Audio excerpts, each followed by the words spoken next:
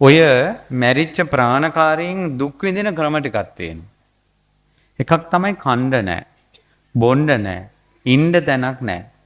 ඊළඟට ඇඟ අතපය පුපුරලා ඇවිද ගන්න බෑ. ඊළඟට මුළු ඇඟේම ගෙඩි දාලා, හොරි දාලා, කුෂ්ඨ දාලා, වන දාලා පණුව ගහලා ඉන්නේ ඒ අය. තනිකර අඳුරේ ඉන්නේ ආත්ම භාව. ඊළඟට ගන්ධස්සාර වැඩි ඔය ප්‍රාණකාරයි.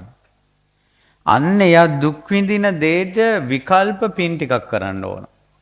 ඒ පින් ටිකට තමයි දසපිරිකර පූජාව කියලා කියන්නේ. ඒ තමයි ප්‍රාණකාරයා බඩගින්නේ ඉන්න නිසා කෑම පූජා කරන්න ඕන. ඒකට කියනවා අන්නම්. ප්‍රාණකාරයට පිපාසය තියෙන නිසා දානෙට පැන් පූජාව කරන්න ඕන. පානං. බීම වර්ග එහෙම පූජා කරන්න ඕන. පෙරේතාත්මේ නිර්වදින් ඉන්නේ. වත්තං වස්ත්‍ර පූජා කරන්න ඕන. ඊළඟට එයාට ඉන්න දැනක් නැහැ. යන තැනින් පන්න ගන්නවා පෙරේතයෝ. භූතයෝ පයින් ගහ පන්නනවා. එයාට ඉන්න තැනක් හැදෙන්නේ සේනාසනං. ඉන්න තැනක් පූජා කරන්න ඕන. සේනාසන පූජාව තමයි පැදුරු කොට්ට පූජාව. සමහර ප්‍රේතාත්ම වලට යන්න බෑ. පෙරලි යන්නේ. යාන වාහන පූජා කරන්න ඕන. මොකක්ද යාන වාහන පූජාව? පාවහන්. පාවහන් හැරයටි මම්මාවත් ඒවා. ගින්නෙන් පිච්චෙනවා කුඩ පූජා කරන්න ඕන. ඇඟේ දාහය වැඩි වටාපත් පූජා කරන්න ඕන. ඇඟේ ලෙඩ වැඩි ඖෂධ පූජා කරන්න.